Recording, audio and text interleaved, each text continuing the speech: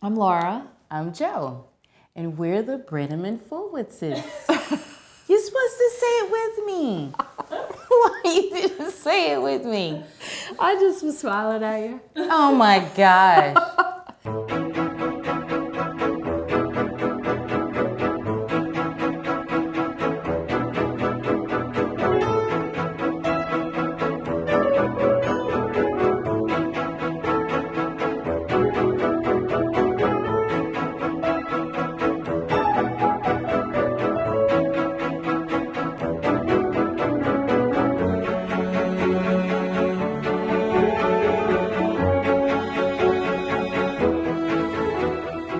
I think of First Mennonite as kind of starting in my parents' living room. And I think I was around the age of 15 when they had this meeting in our living room and decided they actually had enough people here to start our own church in Champaign-Urbana. I think it's a real gift that the core culture of this church, of wanting genuinely to understand who you are and who God has called you to be, and wanting the congregation to be shaped by that. I think First Mennonite is a place that values all people's opinions, even if they differ from the majority, and a place where the words of Jesus have a great impact and importance. Sermon on the Mount being very, very important and central to the way we believe. That's the scripture that ties us all together.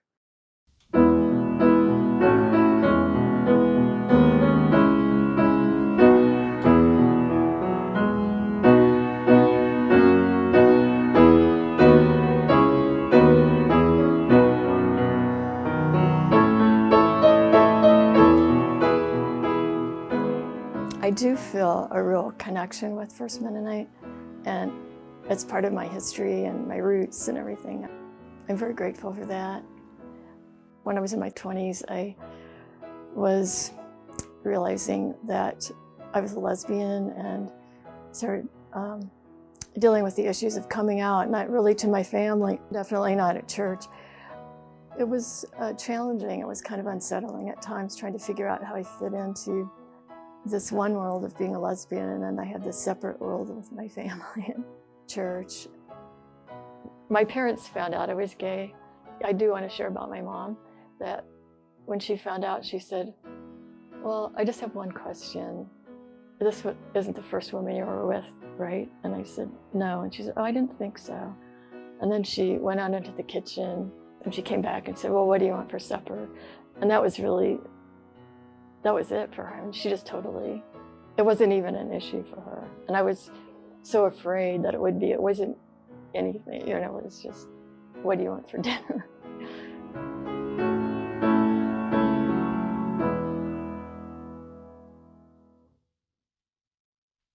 My personal story goes back to 1995 with this church. The conference was wanting us to come out and censure two churches in Chicago that were admitting gay people into membership.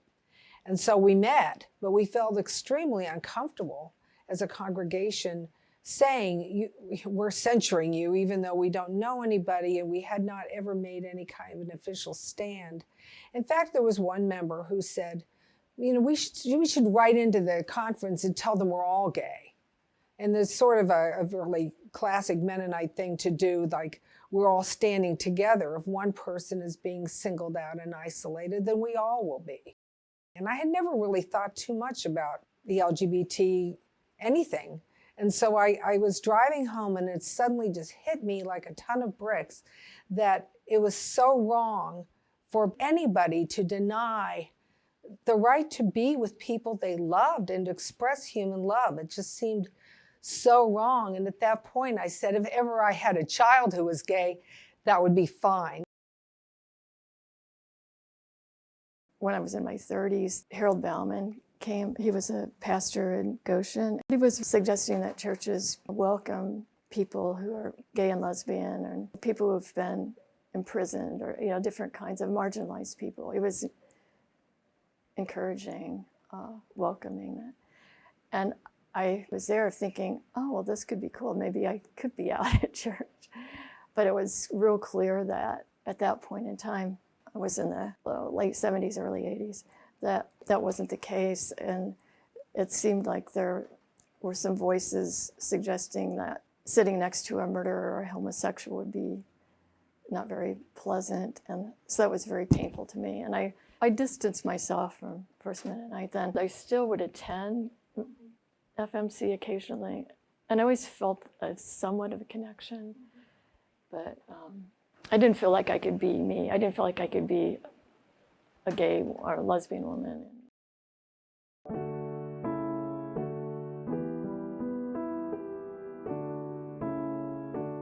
And I do have a gay son. He was shy in high school and did not come out to the church. They said they didn't think that he should pursue the ministry, which is what he wanted to go into, because the Mennonite church didn't welcome gay young men into the ministry.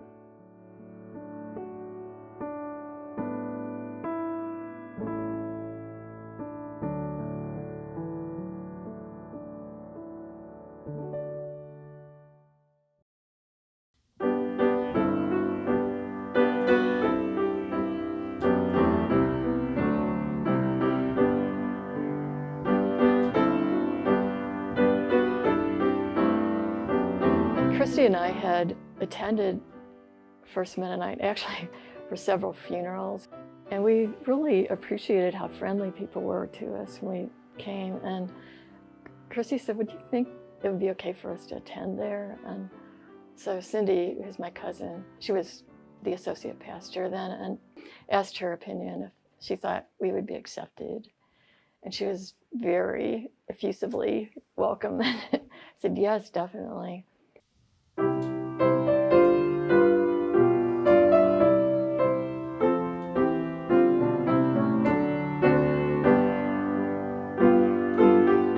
Pastor Janet and Cindy came to our house and said that there was this letter and that we certainly are welcome, and everybody, and made us feel welcome there, but they felt like they couldn't sign the letter because they'd have to go through a discernment process to make sure that it was okay with everybody for them to sign it.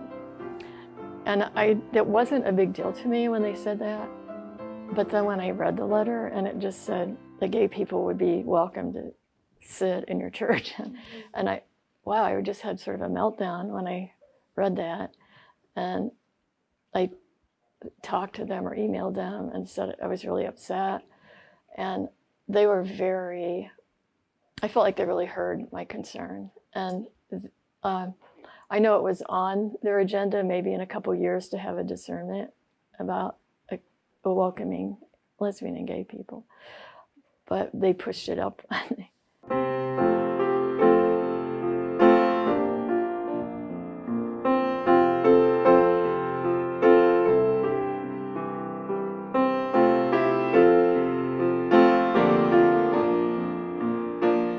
Like many churches, we sort of felt like we were a welcoming church and everybody could come when they wanted to come. But there was a time when some of the people started sort of saying, wait, we need something more. We need this to be official. And we went through a process that included Bible study of many passages, sociology, research and understandings, listening to stories from people who both felt excluded and also listening to the people who had concerns about this. So it was a very thorough sort of process for the church, with the idea that we didn't want to have this be a big issue that split the church. Yeah, the process itself was challenging to go through because I'm very introverted, and to be sort of like the center of this kind of controversial thing was difficult. But there seemed to be a lot of tension in the air and I think maybe people were uncomfortable talking about it in front of us, or maybe it was my own discomfort. It's the lives of LGBTQ people who testify to God's love working in and through their queer identities that frankly changed my mind, that made, I come from the same conservative Christian background that most of us come from. And it was encounter with incredibly gracious people who said to me, hey, I met Jesus out here on the edge of town, and let me tell you about it. I've come to a place in my own faith where I believe. I believe them. I believe the story that this is who God made me to be. You either take scriptural words literally, that you must not do this or you must not do that, and it was the same for civil rights as it is for sexuality rights. God says the black people were, because of Cain killing Abel and being sent out to the desert and whatnot, and that those people are not to be included, they're not to be people we associate with. And in the Deep South, I mean, we were in the thick of it. We were in Mississippi when the schools were court-ordered to desegregate, and my husband was told to leave the church. They didn't want him there anymore because we would not send our children to the private white academy. They just couldn't understand why we would put our children in school with black children. But it was always pretty much the same thing with the sexuality issue. You know, Leviticus says it's an abomination, written down in the Bible, and so that's the way it is. But then, you know, that doesn't jive with a lot of other things you read in the Bible, and you're always having to look at scripture and look at the general message, which to me is inclusion and love. I mean, your neighbor is your neighbor, whatever they are. Jesus did not turn his back on one group or another. Jesus accepted everyone, and especially the marginalized. All people are trying to move towards God, and that's, to me, a very Mennonite core, where as long as you're moving towards God and you're progressing and you are changing and developing as a person, we need to be able to understand that that looks different in different people. And like Mennonites have always pushed that anyway. They've taken women and heard women's voices. This is, to me, just another area where that needs to happen, where we need to recognize that God is speaking through people. And if Mennonites aren't going to be open to that, it only reflects on the Mennonite church. It doesn't stop God from speaking through those people. To represent Jesus in the world is this gradual radicalization that takes us further and further away from the centers of power, the centers of normalcy, and even begins to identify Jesus here now with people who are not welcome in those centralized spaces.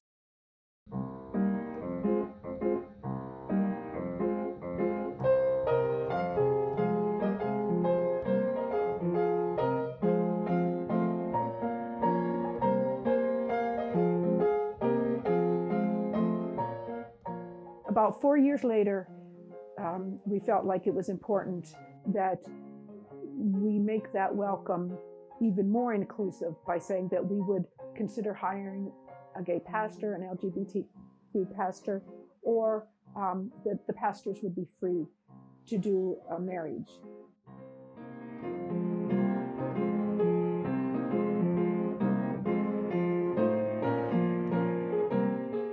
Like, it was the logical next step, and it was, you know, a few years after the previous step. But I remember getting that sheet in my mailbox, and that day I wasn't able to, like, I was totally captivated by that sheet. Like, I went to the library and read it thoroughly, and I didn't go into the service that day. I was just like, I think just sitting there stunned, like, not because I didn't believe it of the church, it just, I didn't necessarily believe it of any church.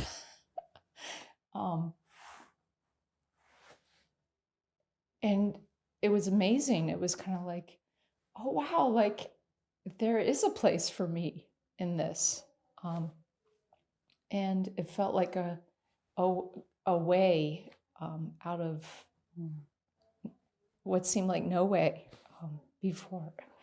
So yeah, personally, that felt like a huge change. Whereas I think in the life of the church, it was sort of the natural, logical next place.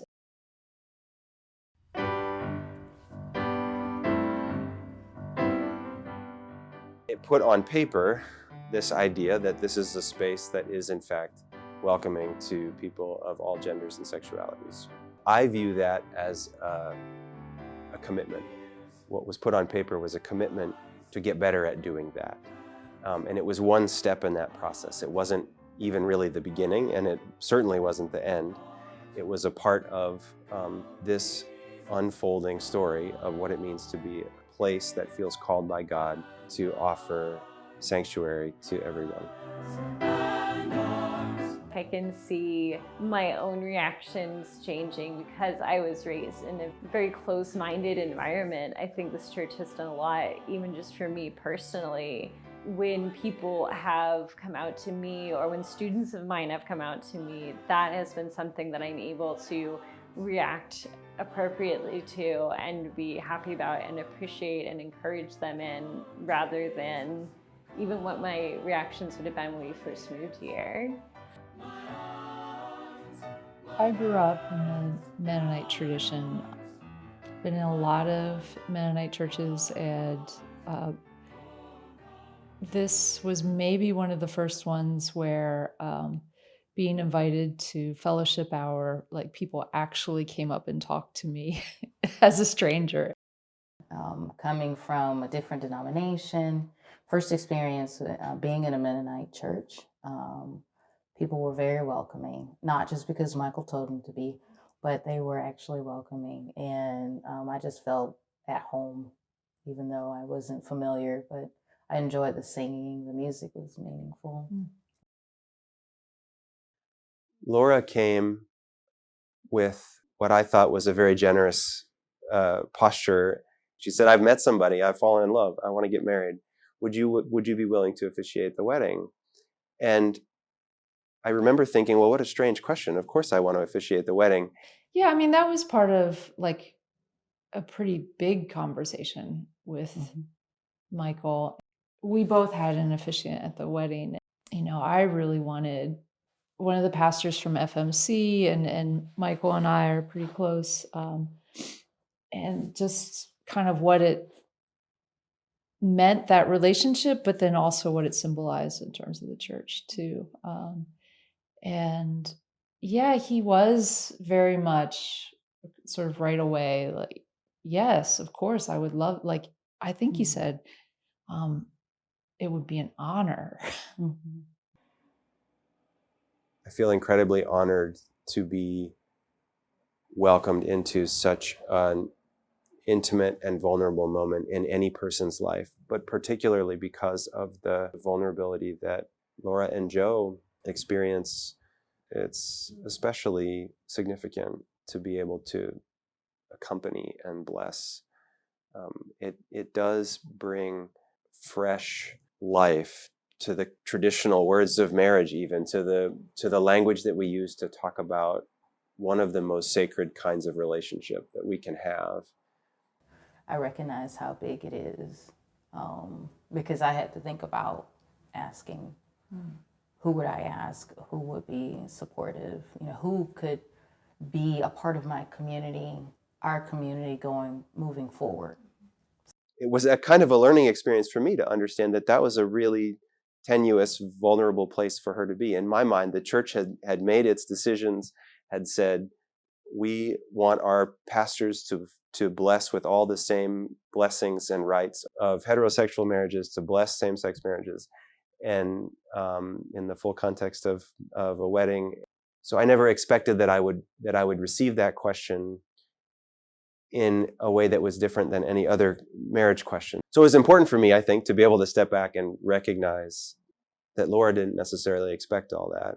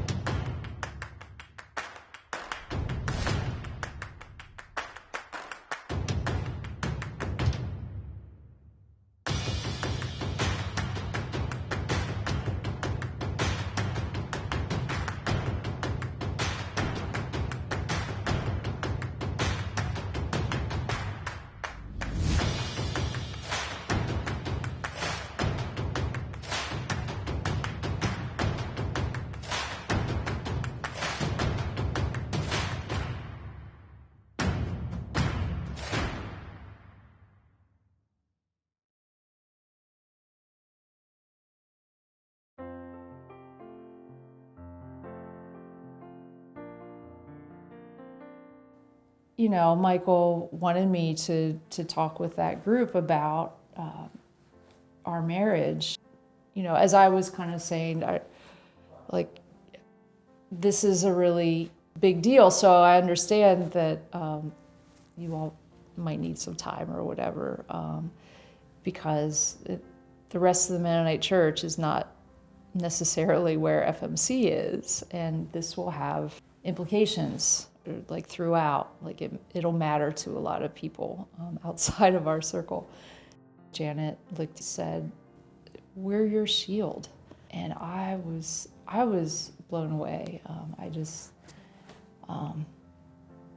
I never expected to hear that from a church and from leaders who might have to, you know, be accountable before larger bodies to say, "We are your shield." Like I thought maybe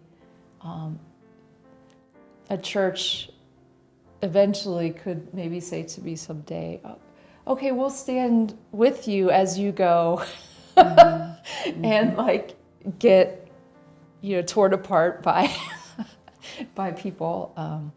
But to say, "We're your shield," I'm like, oh, so that was big. Mm-hmm.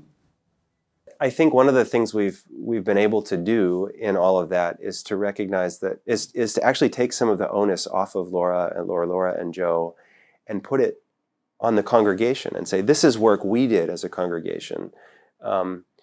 It's not, you're not the ones asking us to put ourselves in this tenuous position. The congregation has decided that this is exactly what we want to bless.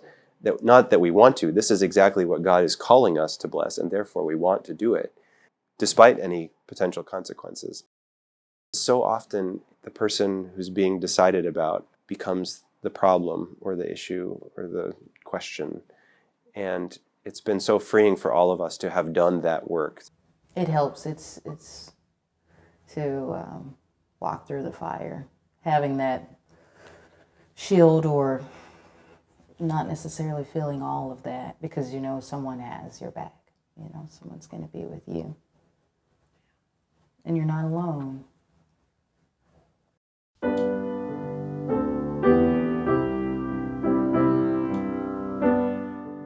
We had begun planning for Laura's wedding. She announced her engagement during our sharing time on a Sunday morning and received a beautiful round of applause. And I was prepared for all of that. What I wasn't prepared for was the way that that would impact sharing time for several weeks over the next month plus after that, where a couple more people, unprompted, at least unknown to me, chose to come out during a public worship sharing time. The sense from their courage that this was in fact a place that could hold their pain, even when family and close friends couldn't or wouldn't, was a signal shift in the life of the congregation. That's in part due to the courage of somebody like Laura, who's willing to jump up and say, "I'll make that announcement. I want to test the trustworthiness of the congregation."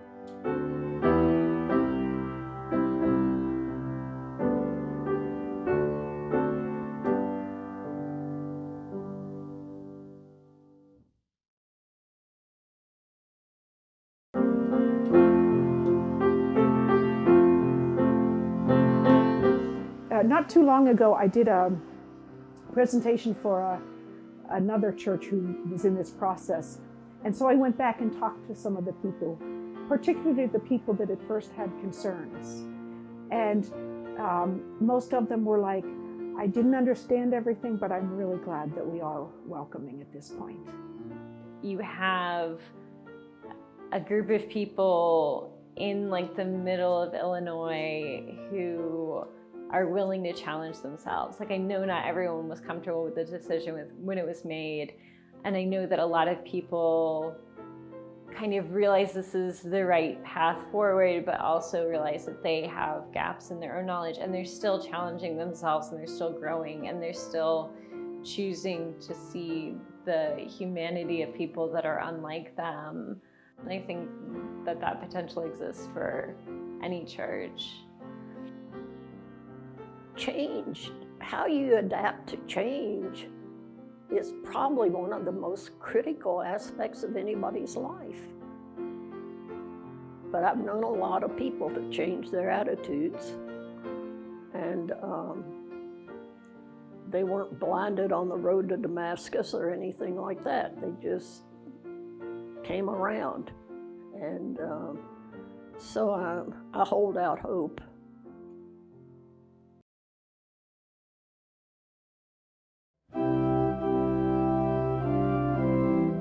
It was magical. I'm not all trying to be lovey-dovey, but it was. It really was. The wedding itself, amazing. Everything, leading up to it, it was stressful. And the day of, What? Joe knows. I mean, I was totally overwhelmed just walking in, and wow, like I knew in my head who all was going to be there, but like to actually see Yes. that. And I've heard other people say that, and I'm like, really? It really is. It really is like that. It was amazing. And I think everybody's name was Maggie or Kim. So, which is good because I'm horrible at names. Some of the people one of the actually aren't Maggies. Maggie and Kim, but they became Maggie. They were Maggie or Kim. They answered, and it was great. So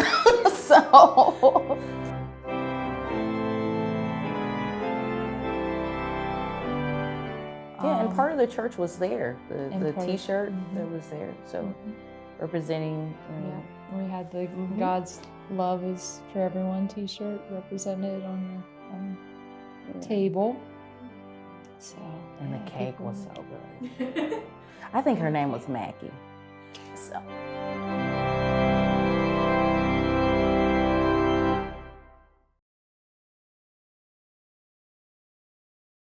I think about other people who can see us and say, okay, maybe I can be all of me.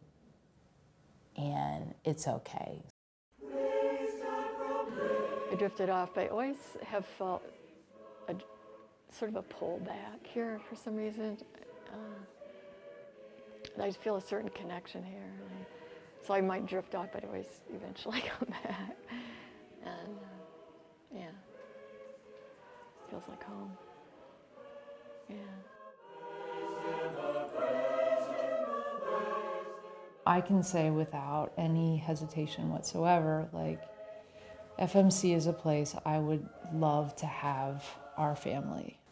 Knowing that any children that are part of our household, that they will be loved and taken care of and respected and taught values that are important to us. And so that, to me, is just priceless. It is absolutely priceless.